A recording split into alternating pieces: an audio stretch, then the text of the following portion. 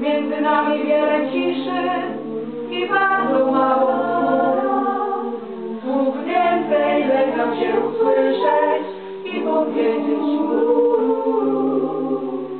Nie wiem, co się za ciszą kryje, nie wiem, czy wiedzieć chcesz, więc może lepiej nie odkryję słowa i ciszę mnie okryje.